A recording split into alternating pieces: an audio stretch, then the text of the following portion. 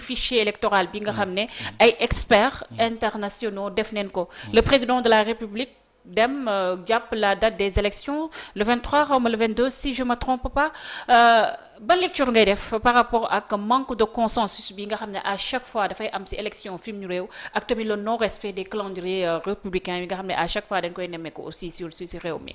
waaw kay jërëjëf defe naa nag dëgg la moom calendrier républicain bu ñu sañoon ñun ñëpp defe naa ku nekk ci réew boo sañoon mbir yi day doxee ni mu war a doxee ndax dee ko ñu tuddee ko calendrier républicain mooy noonu la war a doxee donc dañuy jàpp ne war nañ daal gën a góorgóorlu ñu nekk ci nguur gi ak aussi ñu nekk ci kujje gi pour que désormais ñu am consensus sur le processus électoral mu transparent parce que ñoom ñaar ñëpp muy ñu ne ci nguur gi nag ak aussi ñi ne ci kujje gi ñi ne ci nguur gi ñoo fi toog ci turu askan bi mais ñi ne ci kujje gi tamit dañ fi bëgg a toog ci turu askan bi te am ñu nekk ci askan bi ànd ak ñoom kon ñëpp askan bi la ñuy liggéeyal ak tamit ñu ñëwee société civile ñuy aussi benn démembrement ci askan bi waaw ñooñu ñëpp nag defe naa ay la yoon du ñu nekkatuñu réew mu ndaw nekkatuñu réew mu jeune trop ñu ngi commencé màgg kon jot na ñu financer ñu jox ay nit ñu def ay thèse doctorale recherche s'il le faut pour que balaay élection di amati ci at yii di ñëw parce que loolu yëpp dafa bokk ci pexe yi ñu war a tëral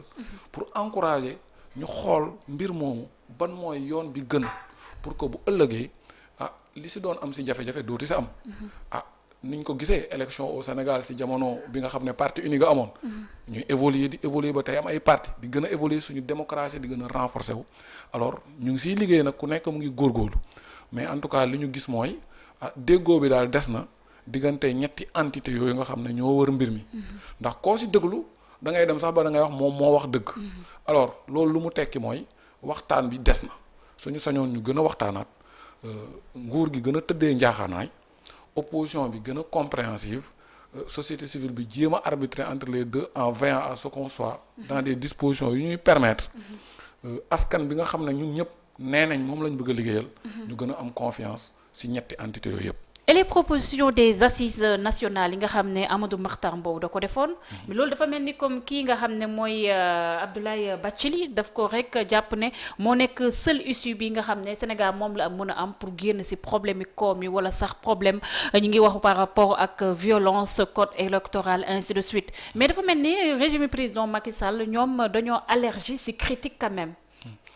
waaw li ma mën a jàngat ci loolu mooy assise nationale moom dañ koy rafetlu ndax ay nit yu dëkk cim réew bëri lool booloo génnee xel li dara kenn mënu ko sànni ci mbalit naam aussi du ñu weddi ne àdduna day dox ñu joxe exemple tey Covid ñëw na c'est normal que ñuy mettre à jour ak ñuy adapté wu alors li nga wax li ma ci jàngat daal mooy li may wax toujours ñaari entité yi nga xam ne toujours ñooy wër pouvoir kenn ki moom yor ko ci loxoom muy nguur te ñu fal ko keneen ki bugg ko jot ci moom te di yopp pour jot ci ku ci nekk fam taxawaay ba war taxawee pour que nit ñi gën la wóolu te xam ne li nga fi nekkee yaa ngi leen di jëriñ alors assises nationales yi jàpp naa ne luñ ci mën tirer war nañ ko ci tirer su fekkee dafa laaj mettre à jour ñu dajalewaat ndax ñi fi nekkoon ñu ngi fi même bu ñu fi newul ñeneen màgg nañ ñu toogaat gën ko càmbaraat dugalaat ci mbir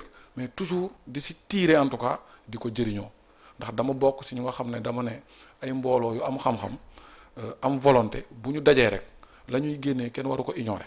donc da nga ko war a bàyyi xel. doone tamit mbooloo lañ lépp lu ñu wax rek par force la dafa am yoo xam ne peut-être aussi il faut l'adapter parce que dama ko gis Tëngéej dëkk bi ma dëkk am na benn planification bu fa ne am na lu bari lu ci baax mais am na ci loo xam ne ni mbir yi demee wane na ne neexul def donc foog ñu adapté ko am yoo xam ne tamit àdduna changé na foog ñu def ko te kenn sóoru ko woon. Vous êtes un homme politique. yow yaay aussi directeur en charge de la coopération des partenariats et du développement territorial à la CDC du Sénégal nga dëkk aussi Rufisque. Rufisque nekk une ville emblématique par rapport ak histoire politique bu réew Sénégal boo la ñu doon décrire fu mu toll nii situation politico-économique Rufisque fu mu toll nii loolu loo ñu si mën a wax. jërëjëf ma profito di nuyuwaat waa Tëngéej comme ni ñu koy waxee wala waa Rufisque wala waa Rufisque Bieexoo comme ni ma koy waxee. C'est juste une manière de faire comprendre que Rufisque Viejo maa koy tey di ko wax tout le temps ci émission yi ba nit ñi jàpp ko. mooy tur bi ñu ko tuddee. ok ci archive reine d'Angleterre. en 1588 gis nañu archive yoo xam ne tudd nañ ci Rufisque Viejo muy Tëngéej. ok loolu dafay wane ne dëkk boobu du bu ndaw te dëkk bu yàgg la. ñun waa Tëngéej itam li may jàngatee dëkk bi mooy dañoo namm na mu neexee woon na mu rafetee woon na ko ñëpp bëggee woon. waaye nag ci jàngat bi ñu gis ne dañu am ay jafe-jafe te duy ndaw. jafe-jafe yi lan moo ko waxal. waaw li ko waral nag damay kontaan aussi tontu ci tontu boobu parce que question bi nga ma posé day wane ne ndekete yoo xam nga ne du jafe-jafe la ñuy faj mais li ko waral. alors loolu bokk na ci lu ñu interpellé waa Tëngéej mooy du jafe-jafe la ñu war a faj mais li ko waral. alors li ko waral bokk na ci ni ñu yoree Tëngéej. ni ñu ko yoree du ñu xas ñi fa ne du ñu ne defuñ dara jéem nañ mais dañu jàpp ne il faut que ni ñu koy yoree ñu gën ko adapté ak contexte bi ñuy dund. soo waxee ñu ko yoree tu fais allusion au maire quand même. bien entendu. Daouda Niang maire yi fa ne pas le maire seulement. ak équipe am. ok parce que équipe bi nag du moom kese. parce que souvent aussi ñenn ñi dañuy nekk ak nit bu ñu paree def ne moom kese la ah du ma tirer sur moom. mais le poisson pourrit par la tête quand même. voilà ça c'est aussi quelque chose qui se dit l'adage le dit. dëgg la moom moo ko jiite donc daf koy assumer. mais ñeneen ñi aussi nañuy assumer. bokk ma nag benn parti pour ma leeral ko contre ma itam benn parti. li may jàngatee mbir mi daal mooy Tëngéej bari na jafe-jafe jafe-jafe yi xóot na trop ndax feebar laa koy méngaleel. ku feebar nag mun nga faju ba wër feebar tam am na yu wàllaate am yu du wàllaate. man dama jàpp ne feebar bi dal Tëngéej du wàllaate su doon wàllaate Diamniadio du développé wu te dafa jege Tëngéej. vous pensez que Diamniadio dafa développé moo gën a développé fu mu toll nii Tëngéej. ah moo ëpp espoir daal que Tëngéej. Dakar ëpp espoir que Tëngéej te Tëngéej bi muy nekk commune Dakar nekkagu ko. kon te ñu nekk ci position bu stratégique.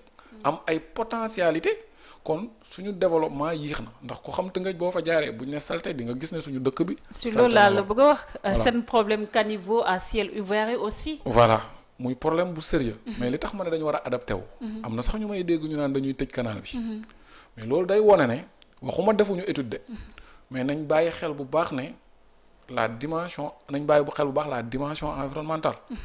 mooy solution bi du canal bi kese waxuma ñu dindi ko mais du kese ndax nga jël ndox yu salte di ko sotti ci canal muy dugg ci géej.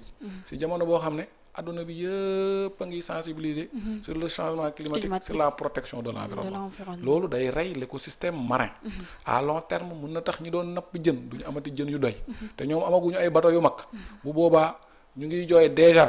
que nappkat yooyu nga xam ne suñu mbokk yi lëbu yi nga xam ne ñu ngi caw leen wala jokkul wala feneen ay gaal loo ca lañ yor mais bu ëllëgee comme que ñoom seen gaal yi duutu mun yenn conditions yi amul yenn technologie mbaa dinañ nappati kon ñu perdre ay emploi te ñun ñëpp ñu ngi jooy ay emploi te ñooñu am nañ emploi kay dañ ko war a dëgëral yemul foofu problème yi ñuy dund daf ci bokk comme li ma doon wax tout à l'heure ñu adapté wu mooy ñu digitaliser réew ak dëkk tollootul foo xam ne da ngay tëññëx rek di dem waxuma nag loolu la ñuy def mais booy jël secteur sax di ko développer war nga mun def ay études économétriques ay études actuariales yu lay won ne chance bi nga moom nga ëpp ci secteur bi wala domaine bi pour développer sa dëkk yemul foofu diagnostic bi ñuy def tam mooy waa Tëngéej ci seen bopp ñu baax lañ ñun loolu lañ jàpp mais parfois dañuy divertir politique bu jege see ku nekk jël sa bâton de pèlerin génnee sa xaalis ñëw teg ci table ci maye xaalis lu baax la mais ki war a jiite comme ni ñu ko waxee léegi du question dafa bëri xaalis kese ndax defe naa ne bu dee ci jàngu ba wala ci jàkka ja du question ki ëpp xaalis la ñuy jiital ki ëpp xam-xam gën a maandu mais dëkk bi tamit waxuma ne ki ñuy jiital moo fi ëpp xam-xam la gën fi maandu mais war nañ ci wër loolu noonu ndax jàkka itam mën na am na ko gën a maandu ko ëpp xam-xam mais kañ fay jiital moom woo nañu yaakaar nañ ci moom maandu ak xam-xam dëkk loolu moo ñu war yemul foofu beneen diagnostic bi may def mooy dëkk bi mu ngi màgg dëkk buy màgg am ay potentialité foog ñu explorer possibilités yi ñu am lu ñu wax les défis à relever la façade atlantique de Rufisque mais tey am na ay projet mais projet dama jàpp ne dafa ndaw sax par rapport ak li Tëngéej mën a am ci possibilité donc dañu war a def un programme complet sur plusieurs années nga xam ne at par at dañuy créer lii di attirer investisseurs yi aussi bien dans le privé que les banques publiques de développement ak d'autres partenaires pour que ñu valoriser suñu façade atlantique ndax ñun ñu ngi ci diggante ñaari dëkk yu am solo muy Diamniadio ak Dakar yemul foofu Tëngéej amaat na leneen lu mun a def lu bari la population et les jeunes dëkk bi comme li nga wax ci diagnostic bi nag dama naan mu ngi yëngatu waaye demut. mu ngi mel ni nga jël njugub rek dugal ko ci carton muy xër def bruit bu bëri. bruit boobu noonu bruit bi picc la rek. day saxaar rek waaye du tàkk. tàkkul. gis nga ne Rufisque commerce bi ñëpp a ngi yëngatu ñëpp a ngi def mais koo ci laaj ndax tu es satisfait bëriwu ci ñu naan la. li ma ci am doy na ma. donc y a de la précarité. Certains emplois ne sont pas suffisamment décents que ça. D'autres ne gagnent pas suffisamment alors que dëkk pour nga développer que da nga koy laytaayal économie buy dynamique. pour lan pour que nga commencer am une classe moyenne. pour lan pour que nga commencer am ñoo xam ne dañuy génn ci précarité ak pauvreté. am possibilité jënd. et bu boobaa dëkk bi dina gën jëm kanam. et nit ñi nga gën leen yee nga améliorer l'indice de capital humain. nga xam ne bu ñu commencer am conditions yooyu commencer tane. nappkat bi nekk jokkul soo fexee ba ñu commencé booloo ñoom comprendre ne suñu àndee war nañ mën a lebi ji bato plutôt que ñu am ay gaal te dans 10-15 ans peut-être seen doomi ñoom dañuy ne am pêche industrielle mieux que dans ces conditions indice de capital humain bi na amélioré parce que nit ñi nañ commencé gën a jàng waxuñ forcément ñu jàng école kese dem toog ci ay bureau mais ñi jàng ñoo gën a gérer seeni industrie ñi gérer seeni entreprise ñi nekk leneen ak leneen donc dans le long terme dina mën a maye avenir bu jëm kanam et que nag il faut qu'on fasse des politiques de développement durable ñun dañu ne bëgguñu ñëw di def politique boo xam ne dañuy diggee lu ñu mënut. ne waa Tëngéej suñu ñëwee tey suba seen soxla yépp faju dina am yu faju ci tàng-tàng bi mais il faut que ñu installer doxalin boo xam ne dañuy am politique de développement durable mais aussi responsable. nga xam ne tànk bu ñu teg comme li ma doon wax tout à l'heure ci texte yi ñëpp dinañ xam ne lii day wóor na te dinañu may possibilité ci at yu bari duñ ci dellusiwaat. et dinañu jox possibilité askan bi kenn par kenn wala yenn groupe yi di commencer di tane. pour que suñu dëkk commencer jël envol gën a transformé wu et su transformé woo yeneen secteurs yi dinañ jëm kanam comme le tourisme. comme la culture ak yeneen. yaa ngi koy wax.